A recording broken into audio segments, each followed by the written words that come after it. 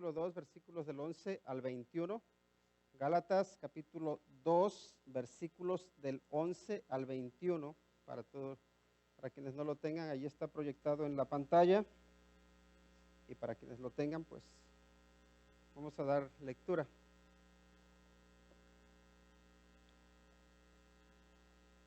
Gálatas capítulo 2, versículos del 11 al 21.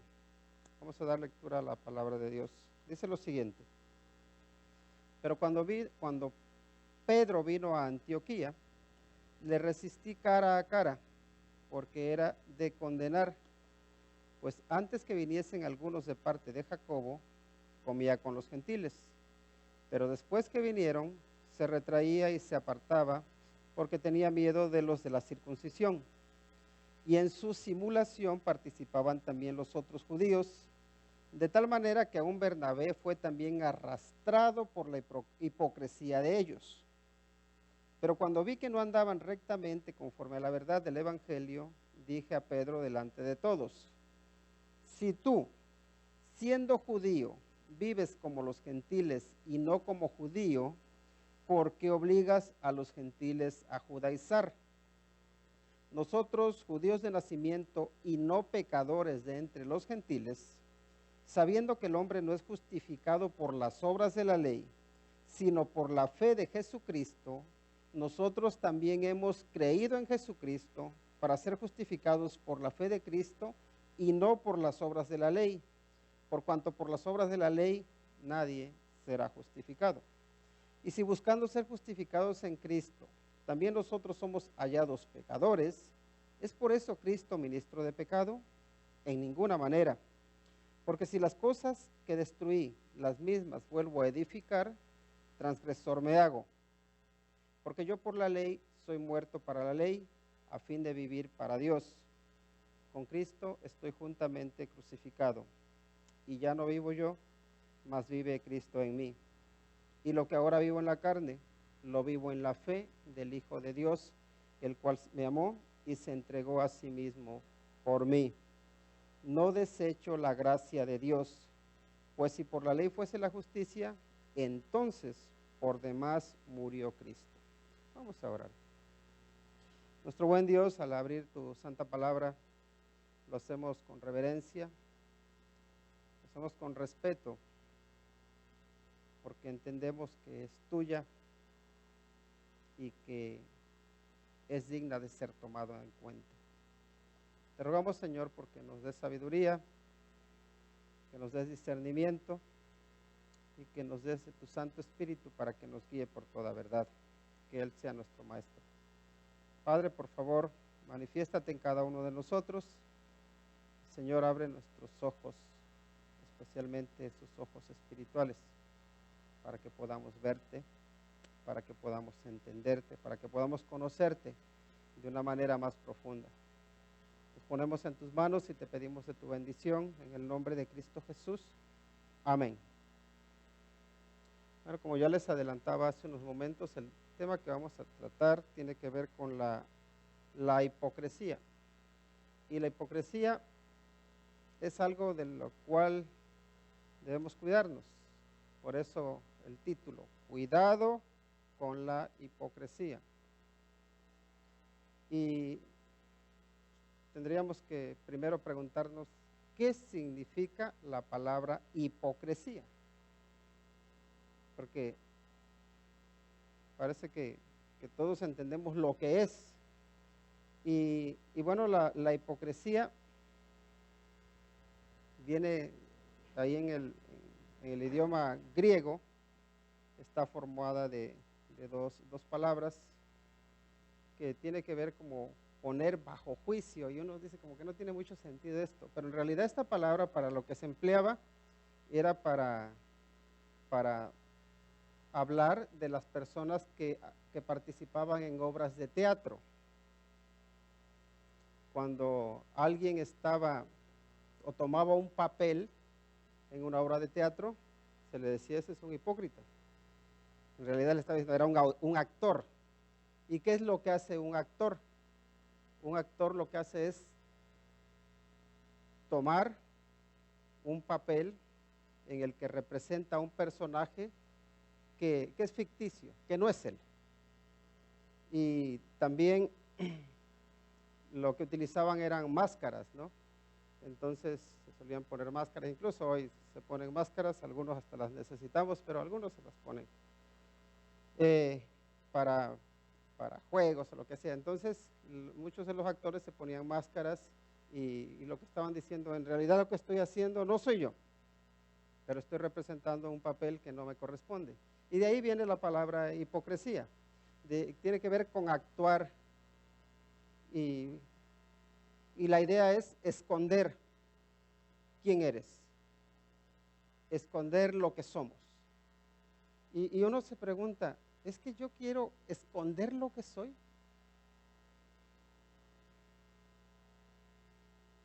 En parte sí, queremos esconder lo que somos, pero queremos esconder aquello de lo que nos avergonzamos. Y tendríamos que preguntarnos, ¿pero es que hay algo en nuestra vida de lo cual tengamos que avergonzarnos? Y tristemente casi cada ser humano tiene algo de que avergonzarse. Más bien les voy a decir, todo ser humano tiene algo de lo cual avergonzarse. Y el tener algo por lo cual avergonzarnos nos lleva en algunas circunstancias a actuar hipócritamente, a ponernos una máscara. Y el actuar hipócritamente muestra en nosotros inseguridad. Inseguridad en las convicciones que tenemos. Muchas veces nosotros creemos algo y lo creemos con todo nuestro corazón, pero por temor a que me critiquen, por temor al que dirán, por temor a no ser entendido o a no ser comprendido, porque muchas veces no es tanto que me entiendan o no, sino que me comprendan, eso nos lleva a no decir lo que pensamos, a no decir lo que creemos, y eso luego nos acarrea también problemas, ¿no? A veces tenemos una opinión negativa sobre algo, sobre alguien, y sabemos que tenemos que tratarla, pero no tratamos esa situación. ¿Por qué? Porque no queremos incomodar a la otra persona. Y eso muestra que tenemos inseguridad, que no estamos seguros de lo que queremos lograr. Pero también creo que nosotros debemos huir de la hipocresía, porque no es bueno tener una doble cara, no es bueno tener una doble moral, no es bueno andar siempre tratando de ocultar lo que realmente somos o lo que somos, pero por otro lado también veo que existen las personas que, por decirlo de una manera suave, que son demasiado honestas. Y con el pretexto de que ellos siempre van con la verdad por delante, porque ellos no quieren ocultar nada, ¿qué es lo que hacen? Se convierten en personas ofensivas. Queremos agradar a las personas, sí. Queremos que la gente tenga una buena opinión de nosotros, sí. Y por eso actuamos hipócritamente muchas veces. Pero también existe la posibilidad de no actuar hipócritamente y causar una buena impresión. ¿Cómo? Bueno, en lugar de actuar hipócritamente debemos corregir lo que hay mal en nuestra vida, lo que hay mal en nuestro interior. Porque yo no sé a ustedes, pero cuando tú sabes que estás representando algo que no eres tú o que no eres tú, lo que tú no piensas, ¿cómo te sientes? ¿Te quedas tranquilito y dices, no pasa nada? ¿O te sientes un poco mal? O tal vez con temor de decir, y si llegan a darse cuenta de que realmente yo no soy así, no les preocupa eso, no se siente uno mal. Sí, porque la hipocresía al final es una herramienta que casi siempre, en los momentos que más la necesita, te falla. Porque normalmente cuando se trata ya de que tiene que salir la verdad a la luz, la hipocresía no te sirve. Porque es una mentira y la mentira dura hasta que la verdad llega. Y por eso es que la hipocresía no sirve. Es una herramienta que utilizamos muchas veces, pero es una herramienta que cuando realmente tenga que ponerse a prueba, va a fallarnos. Ahora, la hipocresía tiene consecuencias. La hipocresía suele arrastrar a la gente. suele arrastrar especialmente a los más cercanos a ti, a los que más quieres, a los que más aprecias, especialmente aquellos que están convencidos o que de tus convicciones, o que te quieren o que te siguen, porque se ven obligados o arrastrados a llevarte la corriente, a hacer lo que tú haces por estar contigo, por no traicionarte, por no fallarte. Entonces es mi hipocresía la que está arrastrando a las personas que yo más quiero y les hago daño. Pero el problema está en que no queremos corregir.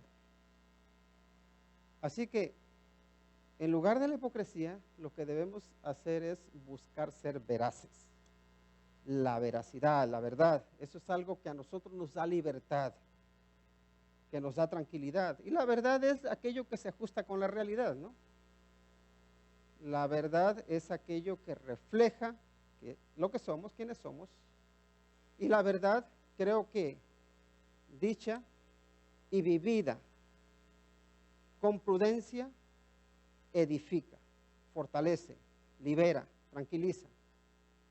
La hipocresía no va a lograrlo nunca.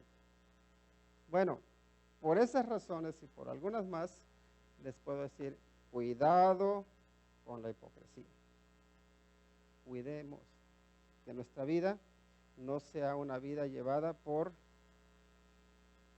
una doble cara, o por que no seamos actores, en el sentido de que vivamos una vida que se ajusta a la realidad.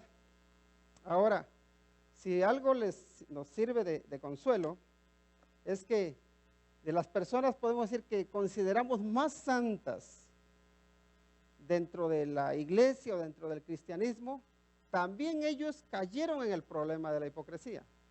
Por ejemplo, tenemos a quién, a Pedro, al apóstol Pedro. ¿Quién había escuchado antes de Pedro? Todos hemos escuchado de Pedro, ¿verdad? ¿Quién era Pedro? Pedro era un discípulo muy fiel, muy fervoroso, muy cercano al Señor Jesucristo. De hecho, sabemos que la Iglesia Católica dice que fue el primer papa de Roma. Eso te habría que discutirlo, pero no vamos a entrar ahora en ese tema. Le ponen en un pedestal bastante alto, ¿no? Lo cierto es que Pedro fue un hombre, creo que muy consagrado a Dios, que vivió una vida muy recta, pero que fue hombre, que tuvo sus debilidades también, que tuvo sus fallos. Y también él en su momento tuvo que ser corregido. Y vemos aquí un caso en el que hay otro apóstol que también al cual tenemos en muy alta estima, y es el apóstol Pablo, ¿verdad? Y el apóstol Pablo es el que fue contemporáneo del apóstol Pedro y tuvo un momento que llamarle la atención a Pedro.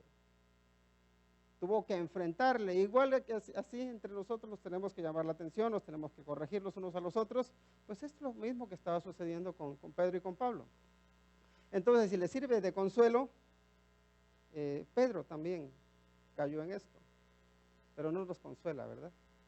Espero que no nos consuele, porque aquí a veces el que nos consuele quiere decir, bueno, pues utilízalo como pretexto, ¿no? Si él lo hizo, yo, ¿por qué no lo voy a hacer? ¿Quién soy yo para no cometer los mismos pecados? Pues bueno, te puedo decir que aunque no seas más grande que Pedro, tampoco eres más pequeño que Pedro. Y el mismo Señor que tuvo Pedro es el mismo Señor que tienes tú, que se llama Cristo Jesús.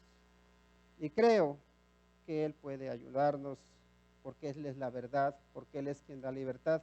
Y bueno, el primer punto que ya está ahí reflejado, vemos que aquí lo que lleva a la hipocresía a Pedro es ocasionada por el miedo al qué dirán. ¿Hay alguien de nosotros que tenga miedo al qué dirán, a lo que opine la gente de ti, a que te critiquen? ¿Sí o no? Y dice uno, no, a mí me da igual, la gente que diga lo que quiera, yo sé cómo soy. Y les voy a decir, hasta cierto punto, sí, a todos nos da igual lo que diga la gente, casi en todo. Porque cada uno de nosotros, igual que les digo que todos tenemos momentos que podemos actuar hipócritamente, también les puedo decir que cada uno de nosotros tiene áreas específicas en su vida que si se las tocan le duelen. Y he visto personas que son muy fuertes, muy duras, y parece que son inquebrantables, pero tienen áreas en su vida que como toques esa área, entonces ya no son tan inquebrantables, ya se derrumban. Todos nosotros tenemos esas debilidades. Y cuando pueden decirnos de todo, pero cuando nos ofenden o tocan ese botoncito en el que somos débiles, entonces sale la fiera que llevamos dentro. Entonces sí nos duele. Y bueno, podemos decir que cada uno de nosotros en alguna área de nuestra vida sí tenemos miedo al qué dirán. No quiero saber cuál es la debilidad de ustedes, no vaya a ser que lo utilicen. No se trata de eso.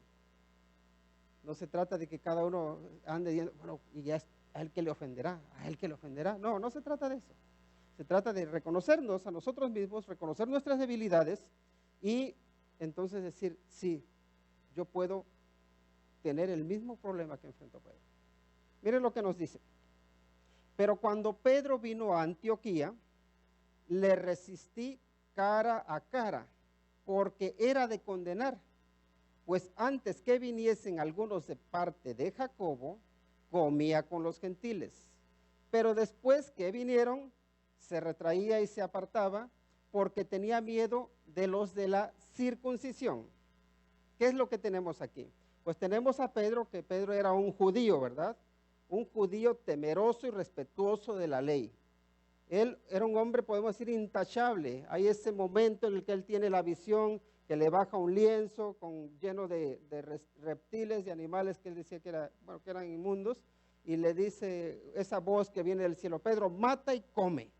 Dice, no, no, Señor, porque mis labios nunca han probado nada que sea inmundo, nada que sea impuro. ¿Y por qué? Porque él, como un judío recto, él se ajustaba muy bien a la ley de Dios. Él era temeroso de la ley de Dios, y en la ley de Dios, vemos ahí en Levítico, que él les prohibía, Dios prohibía a los judíos que comiesen de ese tipo de animales. Y él dice, no, yo no voy a comer de eso. Bueno, este era Pedro. Entonces Pedro, claro, cuando estaba justo con los gentiles, es decir, los gentiles son y la palabra que utilizan en griego es etne, que son etnias, aquellos que no eran judíos, sino que eran de cualquier otra raza. Cuando él andaba con ellos y no había judíos, ¿qué hacía? Tenemos aquí un cochinito, un cerdito, no sé qué, bien ahí al horno, unas costillas de cerdo, no sé qué, y a comer, él tan feliz. El Señor ya me ha mostrado que yo puedo comer de todo. Pero ¿qué pasa? Llegan los judíos y lo ven y ya dice, ve a los gentiles que tienen, no sé, cerdo, cualquier animal que era considerado impuro por los judíos, y ya no se acerca a comer. Se aguantaba el hambre, pero dice, con tal de que no me critiquen, con tal de que ellos no me vean comiendo lo que ellos consideran que es impuro, no me voy a acercar. Y Pablo nada más lo observaba, decía, ay, Pedro. Y claro, había otros que eran muy allegados a Pedro. Y también, como veían que Pedro no comía, dicen, no, él no come, yo tampoco. Y también Bernabé, que era un ayudante de Pablo, tampoco participaba. Entonces, claro, parecía que no tuviese importancia, ¿verdad? Nosotros vemos este problema y decimos, ¿y por qué incluso está en la Biblia este pasaje? El comer con alguien o no comer con alguien, para nosotros, ¿eso es importante o no? Parece que no fuera tan importante. Para ellos sí es importante, y especialmente por el tema que se está tratando. Recuerden que de lo que se está tratando, el tema de fondo que hay aquí es este. El hombre, pecador como él. Todo ser humano es pecador, ¿sí o no? No, yo no, también. Todos somos pecadores, ¿por qué? Porque no hay justo ni aún uno. Entonces, el hombre necesita un remedio. y su remedio o su solución es Cristo Jesús. Entonces dice que entendemos que la Biblia nos dice que por la fe en el Señor Jesucristo los hombres pueden sanar, encuentran la solución a su problema del pecado porque Cristo los limpia, los perdona, les da nueva vida, los redime, los rescata, los compra. Y eso es lo que enseñan los apóstoles. Pero por otro lado están los judaizantes, que no son los apóstoles, pero que también ellos han creído en Jesucristo. Y a ellos les es muy difícil desprenderse de ser salvos por lo fieles que han sido ellos a cumplir con la ley. Entonces ellos dicen, no puede ser tan fácil.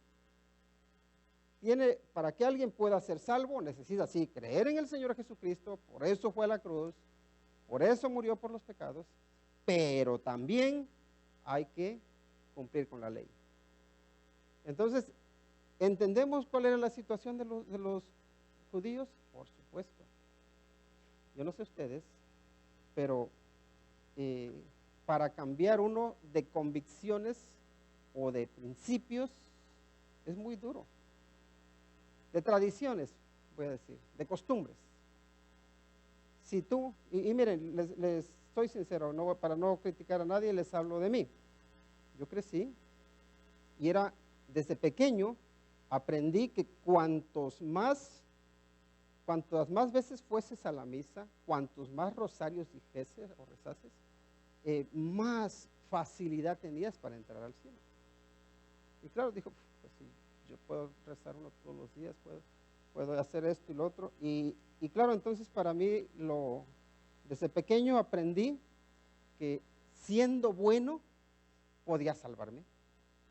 Siendo bueno, podría abrir las puertas del cielo y llegar allí, llegar ante la presencia de Dios.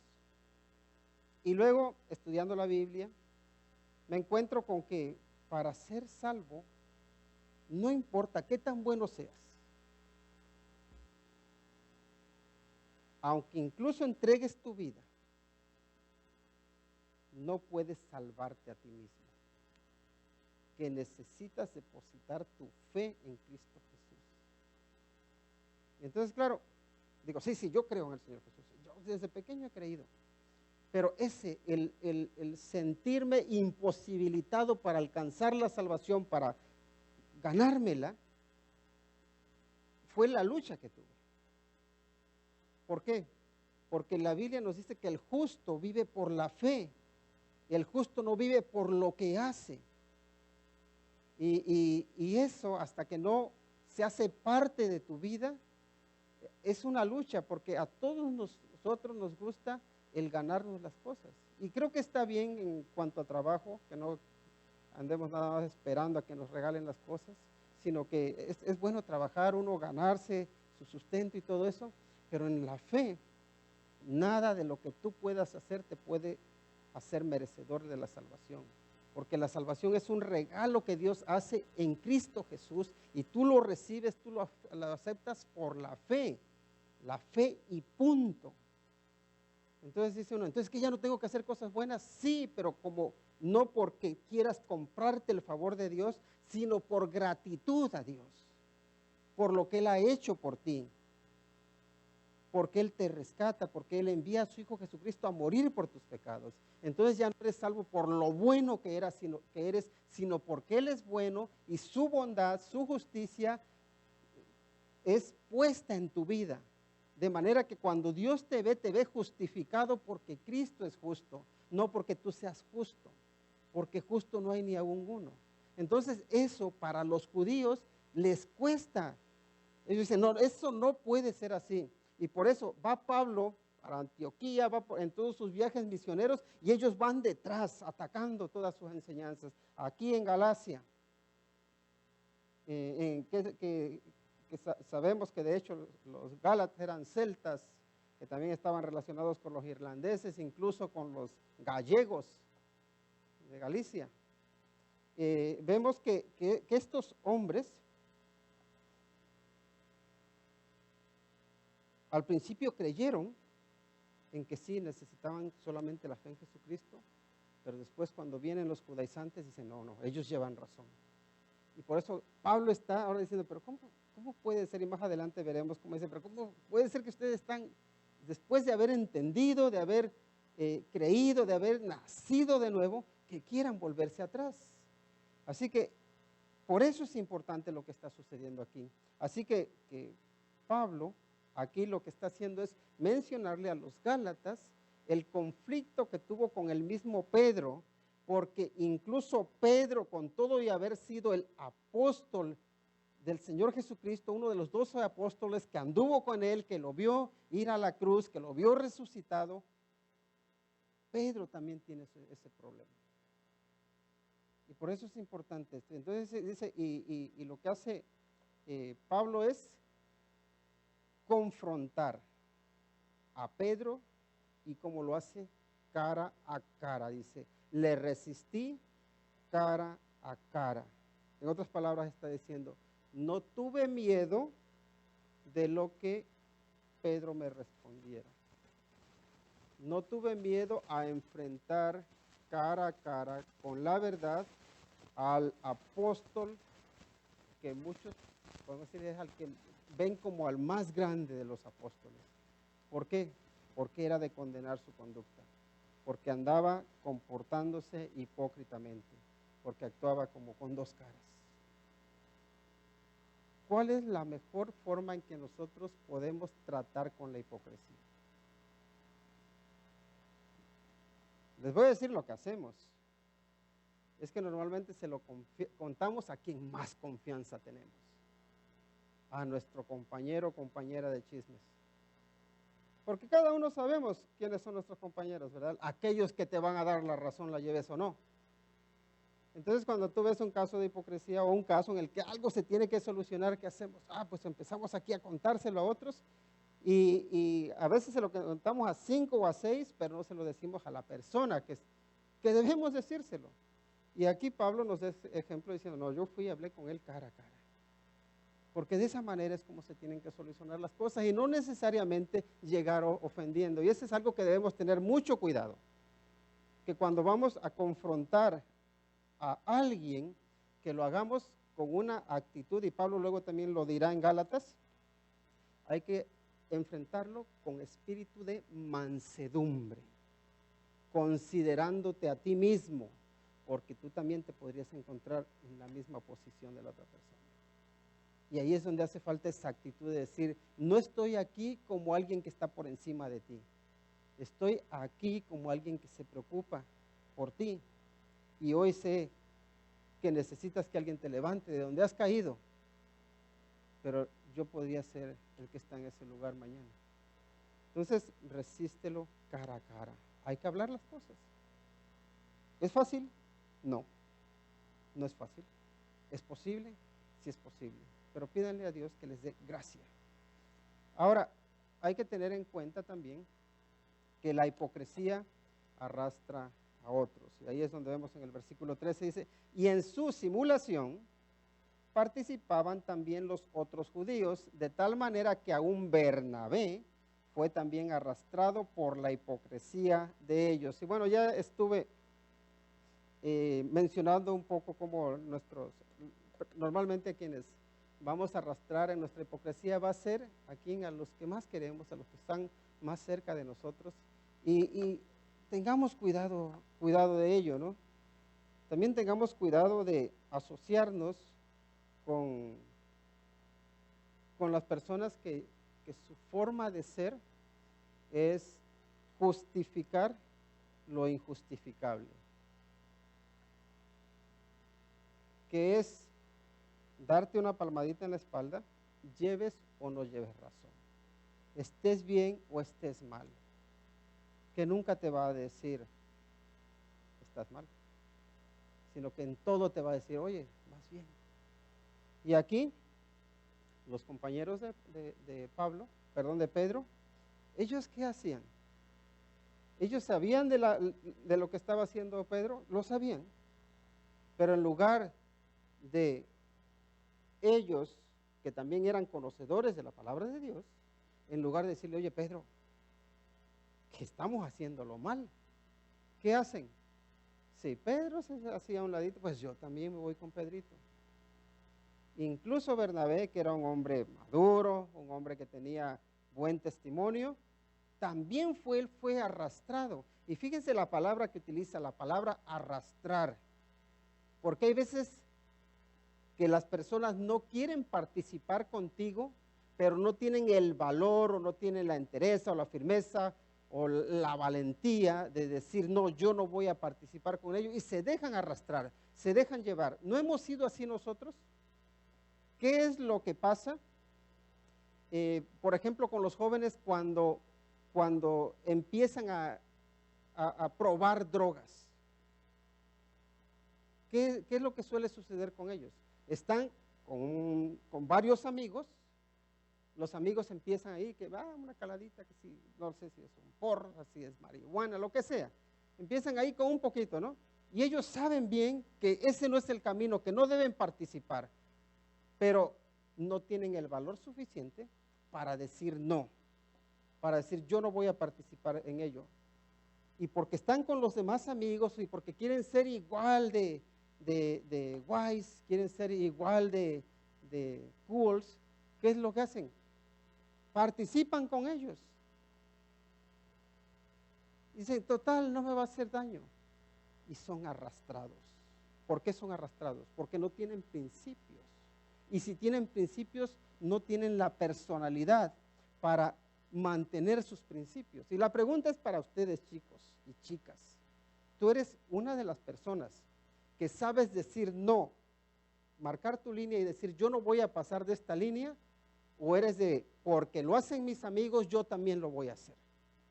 ¿De cuáles eres tú? Te tengo que preguntar. Más bien lo que escucho es esto. Pero ¿por qué no me dejas si todos mis amigos lo hacen? Pregúntale a mi amiga o pregúntale a la mamá o de mi amigo, si ellos no le dan permiso. Y no sé por qué, pero los hijos suelen utilizar eso como justificación, ¿no? Si todos mis amigos lo hacen, tiene que estar bien, por tanto, yo lo hago también. Y cuando le van a pedir permiso a los papás, ya no van pidiendo permiso, ya lo que están haciendo es demandar. ¿Por qué? Porque como otros lo hacen, yo también lo tengo que hacer. Y en eso son arrastrados. La pregunta es, ¿tú de cuáles eres? ¿Eres de los que son arrastrados? Perdón, puede sonar mal. No quiero decir la palabra en el mal sentido, pero de los que se dejan llevar, eso suena mejor. ¿O eres de las personas que tienes firmeza, entereza? ¿De cuáles eres tú? Recuerda que debes mantenerte firme para que la hipocresía de otros no te arrastre, pero también que tú no arrastres a otros con tu hipocresía. Y otro aspecto que también hay que tener en cuenta es que la hipocresía debe enfrentarse con la verdad y sin temor. La hipocresía se enfrenta con la verdad y sin temor. Miren lo que nos dice el versículo 14. Pero cuando vi que no andaban rectamente conforme a la verdad del evangelio, dije a Pedro delante de todos, si tú, siendo judío, vives como los gentiles y no como judío, ¿por qué obligas a los gentiles a judaizar? Y fíjense aquí lo que está pasando.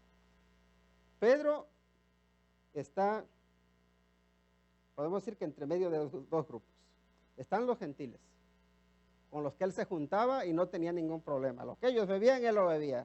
Lo que ellos comían, él lo comía. Pero ahora llegó el grupo de los judíos. Y ahora él es judío. ¿Se junta con quién? Con los judíos. Y Pablo llega y lo descubre. Le dice, pero Pedro, miren cómo leamos otra vez lo que dice ahí el versículo 14. Dice, dije a Pedro delante de todos, delante de los gentiles y delante de los judíos. Dice, si tú, siendo judío, con los que estás ahora, vives como los gentiles, porque te he visto comer con ellos, te he visto lo que hacías con ellos, Y ahí él no puede decir que no, porque están viéndolo los gentiles. Y sí, es verdad, andaba con nosotros, ¿no? Lo está descubriendo. No sé si tú tienes algún hermano o hermana los que siempre te descubren. Tú quieres hacer algo en secreto y llega y le dice a tu papá o a tu mamá. Y dices, ya está otra vez. Bueno, este es Pablo, es lo que está haciendo aquí Pablo, está descubriéndolo. Dice, si tú vives como los gentiles y no como judío, ¿por qué obligas a los gentiles a judaizar? Ya el pobre Pedro se ve descubierto, se ve enfrentado. ¿Es la mejor manera de solucionar esto? A Pablo le pareció que esto era lo correcto en este momento. Yo quizá tal vez le habría yo llamado antes en secreto y decir, oye, estás actuando mal, ¿no te das cuenta?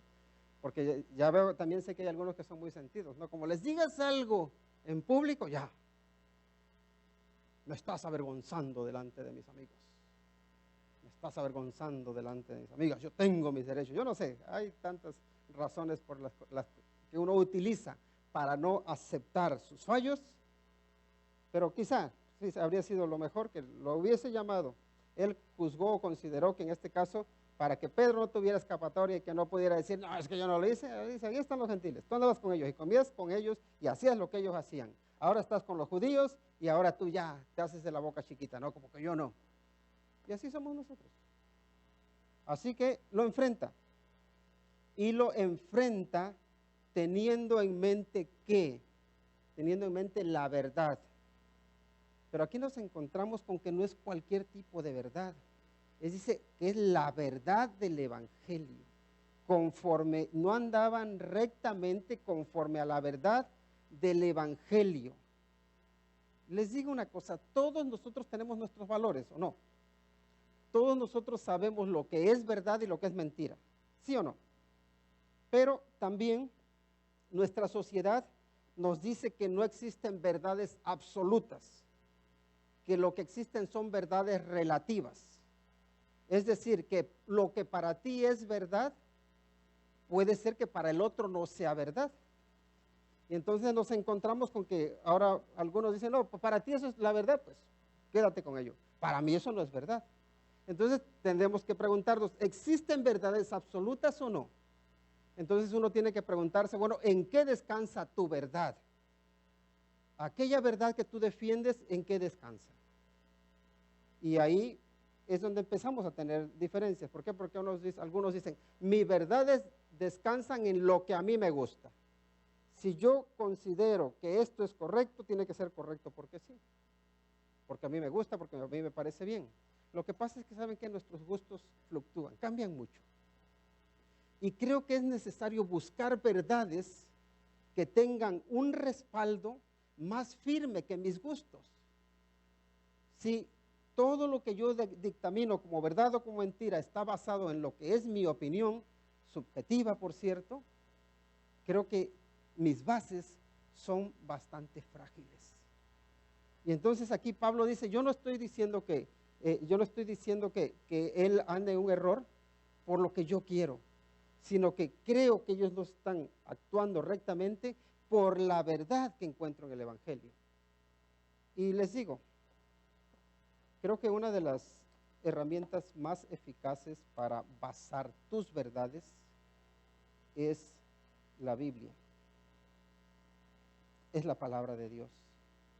¿Por qué? Porque sus principios se han mantenido a través del tiempo, a través de las sociedades, y vemos que se mantienen y se pueden aplicar, y de hecho se aplican a cualquier sociedad, en cualquier tiempo, en cualquier circunstancia. Entonces, la verdad del Evangelio es lo que Pablo utiliza como la regla, como la vara de medir, y dice, te falta, Pedro, porque veo que tú no andas conforme al Evangelio. ¿Y cuál es el Evangelio? El Evangelio es esto. ¿Saben cuántas leyes hay en el Antiguo Testamento, en Levítico? 613. Luego, esas 613 leyes se resumen ¿en qué? En los 10 mandamientos, ¿verdad? Y esos 10 mandamientos se resumen en ¿qué? En 2 mandamientos, o puede que en realidad es un mandamiento manifestado de 2 formas, que son en el amor, ¿verdad? Amar a Dios sobre todas las cosas y a tu prójimo como a ti mismo. Ahí se resume la ley. Y esto nos lleva al Evangelio. ¿Qué es el Evangelio? Les hablaba de Juan 3:16, de hecho hasta lo memorizamos, ¿no? Que dice, porque de tal manera amó Dios al mundo que dio a su Hijo unigénito para que todo aquel que en Él cree no se pierda, mas tenga vida eterna. El amor de Dios, fíjese, por amor, Dios entrega a su Hijo para rescatarte, para salvarte. Y ahora nos dice, actúa en amor. Y de hecho nos dice que en el amor no hay temor, porque el verdadero amor echa fuera el temor. Ahora, si tú y yo actuamos por temor o por miedo, no estamos actuando bajo amor. Pero luego también nos dice de que hay un verdadero amor. ¿Cuál es el verdadero amor? El verdadero amor es ese amor que Dios tiene para contigo. Y la pregunta es, ¿nosotros amamos como Dios ama? Y recuerdo la pregunta, esta pregunta. ¿Tú amas por el bien de los demás o amas por tu propio bien? Dios amó por el bien de los demás. ¿Tú por qué amas? Nosotros muchas veces amamos por egoísmo, no por el bien de los demás, sino por mi propio bien. No porque yo quiero agradar a Dios, no porque yo quiero hacer el bien a los demás, sino porque sé que mi bien está en ello. ¿Es malo uno buscar su propio bien? No. Pero cuando nosotros estamos actuando egoístamente, cuando el centro de nuestra vida o el centro de la vida somos nosotros, ¿saben qué nos convertimos? En ídolos. Nosotros somos ególatras. Y no adoramos a Dios. Para nada. ¿Saben qué es lo que estamos haciendo? Adorándonos a nosotros mismos.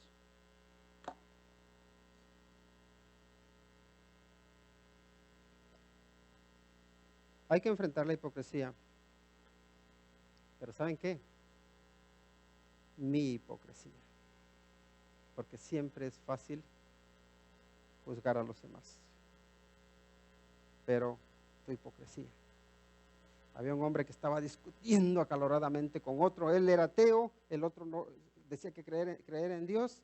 Y estaba diciendo, no, pues si Dios existe, entonces ¿por qué existe el mal? Y mira, empieza a mencionarle todo el mal que hay en el mundo. Y ya se le acerca a uno y dice, oye, una pregunta nada más. ¿Qué estás haciendo con el mal que hay en tu vida? Veo que estás muy preocupado con todo el mal que hay en el mundo y te pregunto, ¿qué estás haciendo con el tuyo? ¿Qué estás haciendo con tu mal? ¿Qué estoy haciendo con mi hipocresía? ¿Qué estoy haciendo con mis 2 caras? O 3. A veces ya te parecemos como la medusa, ¿verdad? ¿Qué estamos haciendo? ¿Estamos siendo responsables? ¿Estamos examinándonos a nosotros mismos? ¿Estamos nada más siendo jueces, condenando? Aquí, Pablo sí se ve con la necesidad de enfrentar ese problema y lo está encarando. Y creo que cada uno de nosotros tiene que enfrentar la hipocresía sin temor, pero también hay que enfrentar nuestra propia hipocresía. Ahora, para enfrentar la hipocresía es necesario, ¿saben qué? Como ya les decía, tener unos estándares, tener unos principios, unas verdades que sean absolutas. Y esas verdades absolutas creo que están en la palabra de Dios, en el Evangelio, en ese amor que Dios te tiene, pero no es un amor en el que todo vale. Es un amor en el que podemos decir que Él nos enseña a amar, nos enseña a vivir, nos enseña a comportarnos. Ahora, para concluir, voy a hablarles de 4 cositas que creo que son importantes tener en nuestra vida. Primero es esta: la justificación no se alcanza por obras, sino por fe. Eso ya se los estuve explicando hace unos momentos. En los versículos 15 y 16 nos dice, nosotros judíos de nacimiento, fíjese, está hablando aquí a Pedro enfrentándole, nosotros, tú y yo, somos judíos de nacimiento, ¿verdad? dice, y no pecadores entre los gentiles. No somos como ellos. ¿Por qué? Porque nosotros somos el pueblo de Dios al que Dios eligió. Muy bien. Dice, sabiendo que el hombre no es justificado por las obras de la ley, es decir, tú y yo llegamos a la convicción de que por mucho que nos esforcemos por obedecer la ley, no vamos a justificarnos por ello, porque siempre vamos a fallar en algo. Entonces ya sabemos que no somos justificados por las obras de la ley, dice, sino por la fe de Jesucristo. Entonces dice, nosotros también hemos creído en Jesucristo. ¿Para qué? Para ser justificados por la fe de Cristo y no por las obras de la ley. ¿Por qué? Por cuanto por las obras de la ley nadie, dice, será justificado. Dice el versículo, bueno, ahí es el 16. Luego, en el versículo 17 llegamos a otro aspecto. Dice, esto, nuestro pecado no convierte a Cristo en sirviente o diácono del pecado. Y miren lo que nos dice, y si buscando ser justificados en Cristo, dice, también nosotros somos hallados pecadores, es por eso Cristo ministro de pecado, dice, en ninguna manera. Y aquí lo que está intentando Pablo impedir es esto. Dicen, bueno, nosotros hemos intentado justificarnos por la obediencia a la ley, hemos fallado, pero ahora que estamos en Cristo, que hemos depositado nuestra fe en Cristo, también pecamos. ¿Hay alguien que no peque? No, nadie, no hay nadie que no peque. Dice, entonces, ¿qué? Entonces ahora Cristo es sirviente del pecado. O sea que Él nos dice, bueno, no importa, aunque tú peques, tú sigues siendo salvo. No es eso, dice. Cristo no es sirviente del pecado. Cristo derrota al pecado.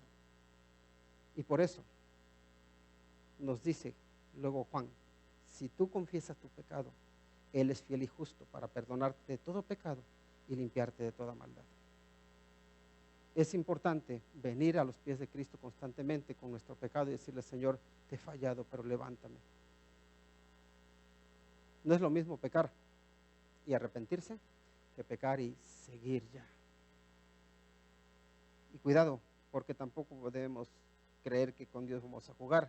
Más adelante va a aclarar eso, que donde nos dice que todo el hombre sembrare, eso también va a cosechar.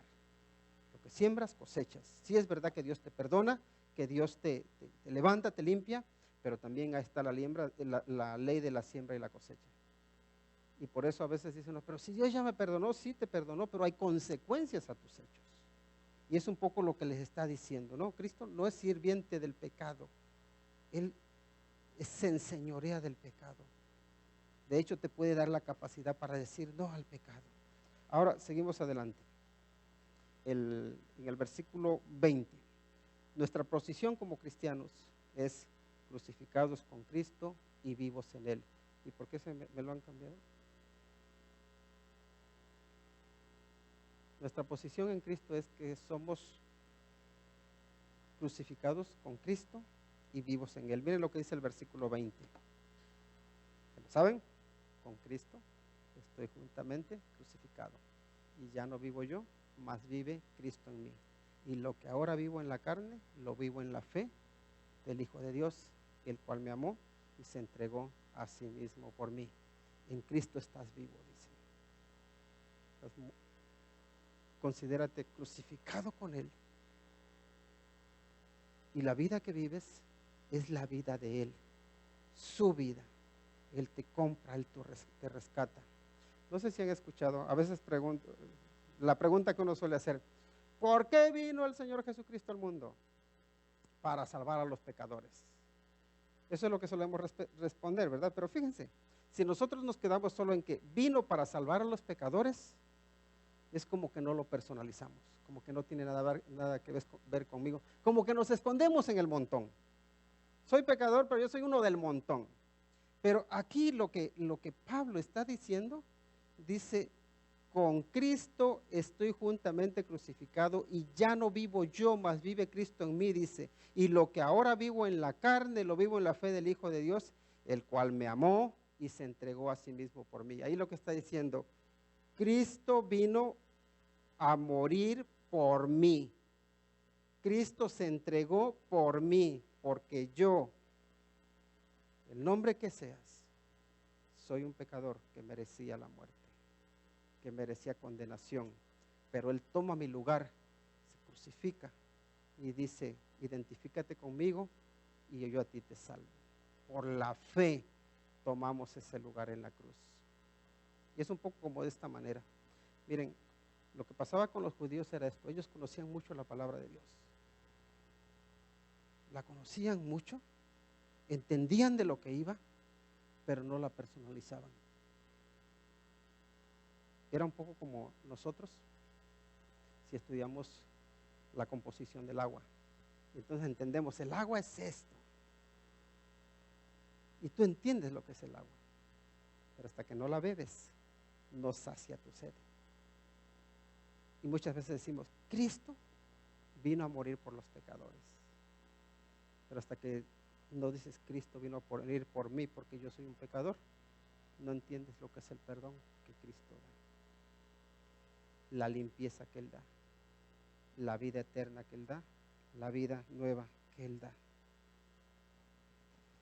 Para finalizar les digo, nadie se puede salvar a sí mismo. Si pudieras salvarte por la ley, por lo bueno que eres, Cristo no habría muerto. No habría muerto. ¿Para qué?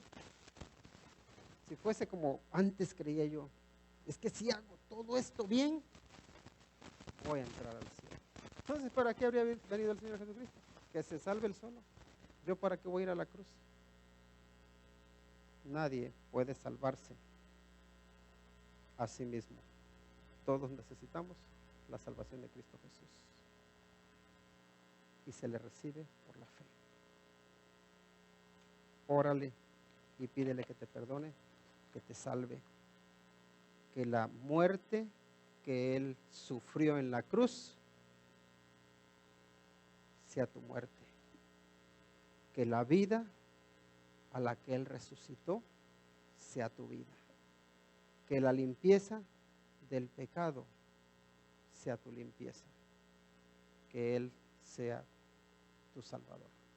Vamos a orar. Buen Dios, en el nombre de Cristo Jesús te agradecemos porque estás aquí, porque no nos dejas solos. Te agradecemos porque la obra que hizo el Señor Jesucristo en la cruz del Calvario era una obra totalmente necesaria para salvarnos. Y Señor, te ruego por cada uno de los que estamos aquí, si aún no hemos recibido por la fe esa salvación que Cristo Jesús vino a ofrecer, te ruego, Señor, porque tú toques lo más profundo de nuestro ser y que podamos decir, sí, Señor Jesús, entiendo que moriste por mí, ven a mi vida, perdóname, límpiame, sálvame. Tu palabra nos dice que todos los que le reciben, los que creen en Él, tienen vida eterna. Ayúdanos, Señor, a ser de ellos. Pedimos de tu bendición, de tu dirección, de tu amor, de tu paz y de tu gozo, en el nombre que es sobre todo nombre, el nombre de Cristo Jesús. Amén.